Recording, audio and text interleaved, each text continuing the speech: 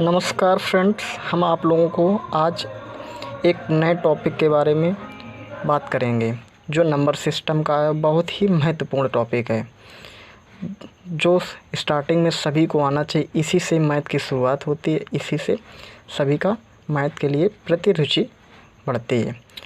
चलो आप शुरू करते हैं। क्लासिफिकेशन ऑफ नंबर यानी कि संख्याओं का वर्गीकरण। तो सबसे पहले देखेंगे, सबसे पहले कौन सी संख्या है? सम्मिश्र संख्या है। सम्मिश्र संख्या यानी कॉम्प्लेक्स नंबर। कॉम्प्लेक्स नंबर में दो भाग में बढ़ जाती हैं। एक आ जाओ रियल नंबर, जिसे हम हिंदी में बोलते हैं वास्तविक संख्याएं, और दूसरा इमेजिनरी नंबर, जिसे हम हिंदी बोलते हैं काल्पनिक नंबर संख्या। यानी कि अब सबसे पहले देख लेते हैं कि काल्पनिक नंबर सबसे पहले देख लेते हैं, क्योंकि इसका केवल इमेजिन कर सकते हैं, केवल इसका कोई आज तक मान नहीं निकला है। जिसको जिसे आई का मान देख लीजिए आप, आई बराबर आयोटा माना गया है, और आई स्क्वायर बराबर -1। और जब ये स्क्वायर यहाँ से हट जाएगा, तो जब स्क्वायर हटेगा तो रूट लग जाए, यानी कि -1। ठीक, जितने भी माइनस के होंगे, जितने भी माइनस के अंदर रूट होंगे, जैसे -1 रूट -1 रूट -2 रूट -3 रूट -5, जो परफेक्ट स्क्वायर नहीं हुए उनको छोड़कर जितने भी माइनस में रूट के अंदर होंगे वो सारे इमेजिनरी नंबर कहलाएंगे। अब इसी के हिसाब से इमेजिनरी नंबर ख़त्म हो गए। अब आ जाओ एक रियल नंबर का एक पार्ट है डेसिमल। डेसिमल में देखो, डेसिमल में दो भाग होते हैं, एक रेशनल नंबर है, इरेशनल नंबर। रेशनल नंबर को हम लोग कहते हैं कि परिमेय संख्याएं, और इरेशनल नंबर को कहते हैं कि अपरिमेय संख्याएं। अब बात करते हैं हम लोग रेशनल नंबर के बारे में। तो रेशनल नंबर क्या होती है उसके बारे में देख लेते हैं। रेशनल नंबर वह होती है वह संख्या जो P/Q के फॉर्म में लिखी होगी और जिस संख्या का रिपीटेशन होता है। जैसे कि हम किसी संख्या का भाग किसी में दे देते हैं, किसी संख्या का भाग किसी में दे देते हैं, जैसे कि 2.3333 आ गया तो 3 का रिपीटेशन हो गया। 3 के ऊपर अगर बार चढ़ा दें, 3 के ऊपर बार चढ़ा दें ये, तो फिर इसको हम एक भिन्न के तौर पे बना लेंगे, तो ये हमारी परिमेय संख्या होगी। तो जैसे संख्या कहते हैं 2/3 1/2 1/1 3/3। 3/3 जो है ये एक परिमेय संख्या है। अगर इसको हम लोग कैलकुलेट कर लें, अगर इसको हम सिंप्लीफाई कर लें, तो इसको 3 1 जा 3 3 1 जा 3 1 आ जाएगा। तब 1 जो होगी 1 आपकी हो जाएगी पूर्णांक नंबर में, तो 1 हो जाएगी आपकी पूर्णांक नंबर में। तो 22/7 जो एक सभी लोग भ्रमित रहते हैं कि पाई का मान अपरिमेय होता है कि परिमेय होता है। तो परिमेय संख्या 22/7, जो कि आपने परिभाषा के हिसाब से पढ़ लिया कि P/Q के फॉर्म में जो लिखी हो उसे हम परिमेय संख्या बोलेंगे। तो 22/7 तो P/Q के फॉर्म में लिखा है, लेकिन एग्जैक्ट वैल्यू नहीं है ये है। और पाई जो है, पाई का रिपीटेशन कभी हो ही नहीं सकता, यानी कि बार इस पर कभी चढ़ ही नहीं सकता। जैसे इसमें बार चढ़ गया, ये इसका रिपीटेशन हो गया, इसमें पाई का कभी आज तक बार चढ़ा ही नहीं। जैसे कि 2.345 इनका कभी बार चढ़ ही नहीं सकता है।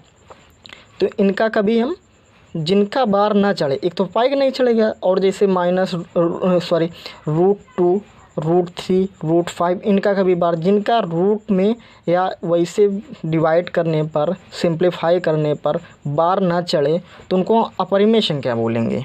क्या बोलेंगे? अपरिमेय संख्या। तो ये एक परिमेय संख्या होगी, जो इसकी परिभाषा तो P/Q के फॉर्म में जो लिखी जा सके उसे हम परिमेय संख्या बोलते हैं। और जो P/Q के फॉर्म में ना लिखी जा सकती उन्हें हम अपरिमेय संख्या कहते हैं। और जिसका रिपीटेशन, यानी कि जिसका रिपीटेशन हो जाए ना हो, जिसका रिपीटेशन ना हो और जिसके ऊपर बार ना चढ़े, वो अपरिमेय संख्या कहलाती है। जैसे पाई आपका हो गया अपरिमेय संख्या, और 22/7 हो गया इसका मान 22/7। ये लगभग मान है, ये एग्जैक्ट नहीं है, इसलिए 22/7 जो मान है इसका, ये एक परिमेय संख्या है। अपरिमेय संख्या ये पाई जो हो गया, ये इसका एग्जैक्ट मान निकला ही नहीं, इसका कभी कोई रिपीटेशन होएगा इसलिए, यानी कि इसके ऊपर कभी इस तरह का बार चढ़ाया ही नहीं जा सकता है। तो ये क्या हो जाएगा? अपरिमेय संख्याएं। तो अब चलो चलते हैं पूर्णांक संख्याओं पे।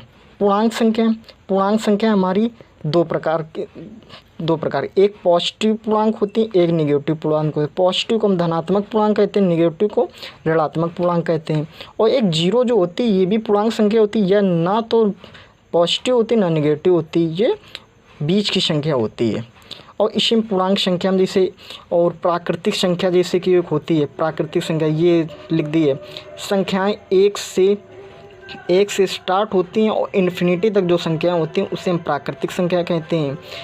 और आ जाओ सम संख्या। सम जो नंबर 2 से विभाज्य हो जाए, यानी कि जो नंबर 2 से विभाज्य हो जाए उन्हें हम सम संख्या कहते हैं। जैसे 2, 4, 6, 8, यानी कोई भी नंबर हो, A to Z कोई भी नंबर हो जो 2 से पूर्णतः विभाज्य हो जाए वो पूरी तरह से सम संख्या कहलाएगी। और नेक्स्ट आते हैं विषम संख्या पे। जो संख्या 2 से पूर्णतः विभाज्य ना हो उसे विषम संख्या कहलाएंगे। जैसे 1, 3, 5, 7, ये कोई भी 2 से पूर्णतः विभक्त नहीं होंगी, तो इनको हम लोग क्या कहेंगे? विषम संख्या कहलाएंगे। भाज्य संख्या, जिन संख्याओं के 2 से अधिक फैक्टर हों उन्हें हम भाज्य संख्या कहते हैं। एग्जाम्पल 4, 16, या कोई भी ले लो जिनके 2 से अधिक फैक्टर हों, जैसे कि उनको हम क्या कहेंगे? भाज्य संख्या कहेंगे।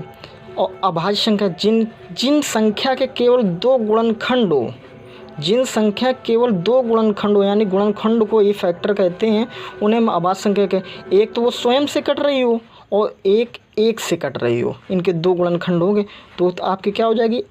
अभाज्य संख्या है। इसी प्रकार से अभाज्य में आती हैं 2-3 टाइप्स और होते हैं, जैसे को प्राइम यानी सहअभाज्य संख्या। सहअभाज्य संख्या मान लो 7, 13 सहअभाज्य संख्या वो होती हैं जैसे कि कोई 2 अभाज्य संख्या लिखी होंगी, हैं, उनका मतलब कि आपस में 2 अभाज्य संख्या लिखी होंगी, उनको हम सहअभाज्य कहेंगे। जैसे 7, 13, 17, 2, 3, 23, 29। और सापेक्षता अभाज्य जैसे कि रिलेटिविटी प्राइम जिन्हें कहते हैं, यानी कि 9, 10, 9, 16, 4, 9। इनका अगर हम सापेक्षता अभाज्य उन्हें कहते हैं जिनका एचसीएफ हर समय 1 आता है। जैसे कि कोई अभाज्य संख्या तो नहीं है लेकिन एक दूसरे का भाग कभी जाएगा ना एक दूसरे में, तो ये रिलेटिविटी में यानी कि आपस में ही अभाज्य संख्या कहलाती हैं। और ट्विन प्राइम आ जाओ, यानी कि 5, 7, 3, 5, 17, 19। जो 5, 7 है आपका, यानी ट्विन प्राइम कौन सी संख्या होती है? जिन अभाज्य संख्याओं के बीच का अंतर केवल 2 का अंतर होगा, वो आपकी कौन सी अभाज्य संख्या कहलाएंगी? ट्विन प्राइम अभाज्य संख्या कहलाएंगी। जैसे 5, 7, 3, 5, 17, 19। जैसे 5 11 ये नहीं हो पाएगी, ये आपकी सहअभाज्य संख्या में चली जाएगी, है, तो ट्विन प्राइम हो जाएगा 5, 7, 3, 5, 17, 19। ये हो जाएगी कौन आपकी? Twin prime number.